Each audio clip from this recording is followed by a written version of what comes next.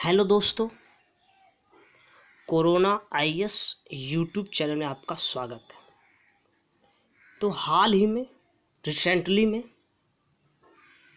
एक इंडेक्स चर्चा में, एक इंडेक्स यानी सूचकांक कोई सूची जारी करता है। भाई इस कंपनी ने ये सूची जारी किया, इसमें ये इन सारे इन चीज़ों का विवरण है, इन देशों का विवरण है, इन चीज़ क्षेत्रों में कैसे होता है इंडेक्स। तो ये इंडेक्स किस क्षेत्र में है?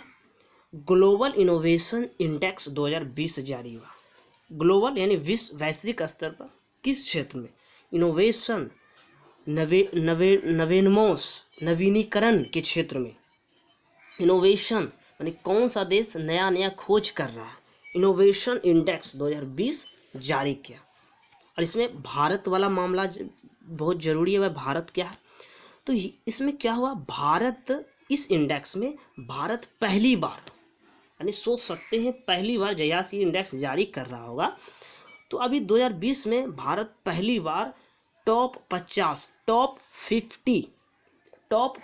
में शामिल हुआ। सोच सकते हैं टॉप 50 में शामिल हुआ। तो IIT, Indian Institute of Technology, IIT और IIS, Indian Institute of Science जैसी ये क्या है, शिक्षण संस्थान है ना। बहुत सारे शिक्षण संस्थान है, खाली आईआईटी, बहुत सारे IIT Delhi, IIT Bombay, IIT Madras, बहुत सारे आईआईएस बेंगलोर। तो जैसे संस्थानों ने बढ़ाया देश का मान, देश की गरिमा, देश का मान बढ़ाया। आइए पूरा मामला जान लेते। यही देखिए इनोवेशन नयापन, क्या क्या खोज नया हुआ, कौन कौन संस्थान नया खोजा।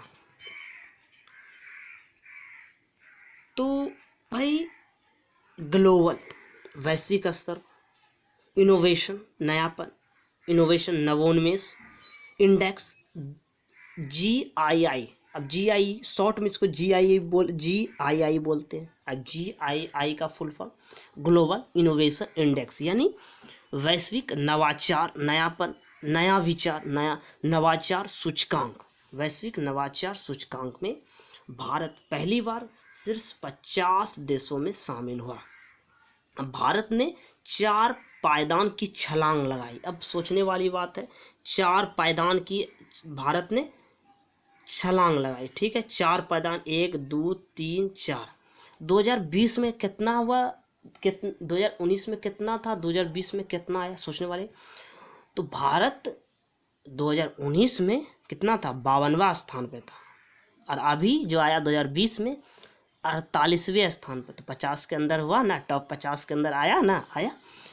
तो भारत ने 4 पायदान की छलांग लगाई और 48वें स्थान पर पहुंच गया। आज सोचिए, मध्य यानी ईस्टर्न, मध्य सेंट्रल एशिया, मध्य और साउथ एशियाई देशों में, माने साउथ यानी दक्षिण, ये वाला भाग देख लीजिए, पाकिस्तान, ईरान, ये मध्य एशिया वाला भाग, और इधर दक्षिण एशिया वाला। तो मध्य और दक्षिण एशियाई देशों में वह यानी भारत इस सूचकांक में शीर्ष पर बना हुआ है। कौन? भारत, अपना देश। तो विश्व ग्लोबल वर्ल्ड विश्व बौद्धिक इंटेलेक्चुअल संपदा प्रॉपर्टी संगठन है। अब भाई इस इंडेक्स को जारी किसने किया, सोचने वाले अब सोचेंगे किन किन संस्थाओं ने मिलकर जारी किया। तो विश्व बौद्धिक संपदा संगठन WIPO, अब फुल फॉर्म शॉर्ट बोल दिया, फुल फॉर्म। तो विश्व का विश्व, वर्ल्ड बौद्धिक का इंटेलेक्चुअल होता आई, इंटेलेक्चुअल, संपदा का प्रॉपर्टी, संगठन का ऑर्गेनाइजेशन। तो वर्ल्ड इंटेलेक्चुअल प्रॉपर्टी ऑर्गेनाइजेशन ये मिला। कॉर्नेल विश्वविद्यालय, ये अमेरिका का विश्वविद्यालय, कॉर्नेल विश्वविद्यालय, और इंस्टीट्यूट बिजनेस स्कूल, ये भी अमेरिका में है। इंस्टीट्यूट बिजनेस स्कूल द्वारा भाई हाल ही में यानी बुधवार को संयुक्त रूप से तीनों मिला, संयुक्त रूप से वैश्विक नवाचार सूचकांक 2020 जारी किया। वैश्विक नवाचार सूचकांक 2020 सूची जारी की गई, और इसके मुताबिक शीर्ष स्तर पर जो है वह स्थिरता, जो पहले था वही है। कोई बदलाव नहीं हुआ, शीर्ष स्तर पर स्थिरता बनी हुई, मैंने जो देश शीर्ष स्थान पे था वही है, कोई बदलाव नहीं हुआ। लेकिन आप सोच सकते हैं नवाचार, इनोवेशन, लेकिन नवाचार का केंद्र जो यहाँ माना कि नवाचार का केंद्र यहाँ है, तो नवाचार का केंद्र पूरब यानी ईस्ट, पूरब के देशों की तरफ यानी हमारे देशों की तरफ, पूरब के देशों की तरफ बढ़ता जा रहा है। हमारे देश का नाम आया है, तो भारत, इंडिया, चीन, चाइना, फिलीपींस और वियतनाम जैसे देश नवाचार, इनोवेशन के क्षेत्र में तेजी से आगे बढ़े हैं, इन्होंने कहा, इस सूचकांक में ये कहा।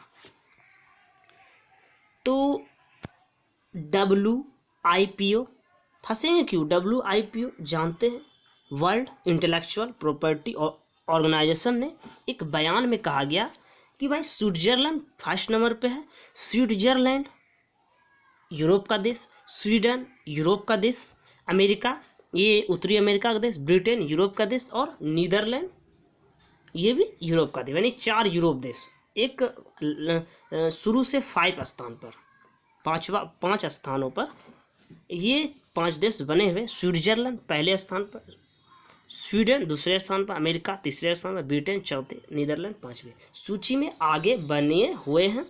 और पहले के 10 स्थानों पर अमीर देश, रिच कंट्रीज, अमीर देशों का दबदबा है।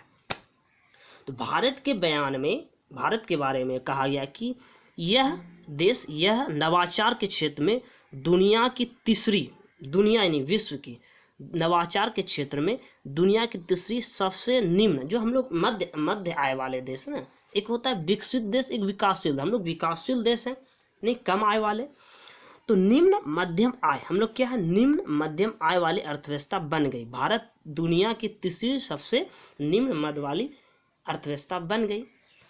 तो GII मतलब ग्लोबल इनोवेशन इंडेक्स के विभिन्न क्षेत्रों में सुधार, भाई विभिन्न क्षेत्र होते हैं, तो विभिन्न क्षेत्रों में सुधार और उपलब्ध नवीन तकनीक, नया संकेतक, नवीन संकेतकों से ऐसा पाया गया कि सूची के मुताबिक ICT यानी सूचना एवं संचार प्रौद्योगिकी, ICT यानी information and communication technology, information यानी इंटरनेट वाला मामला हो गया, सूचना एवं संचार प्रौद्योगिकी ICT, information and communication technology, सेवाओं, इन चीज़ों का क्या हुआ, सेवाओं का निर्यात हुआ, बाहरी निर्यात हम लोग कर रहे हैं, निर्यात, सरकारी ऑनलाइन सेवा बढ़िया हो रहा है, और विज्ञान और इंजीनियरिंग के क्षेत्र में हम लोग बहुत बड़ा अच्छा काम कर, विज्ञान और इंजीनियरिंग में स्नातकों जैसे नवाचार के सूचकांक में भारत शीर्ष 15 देशों में।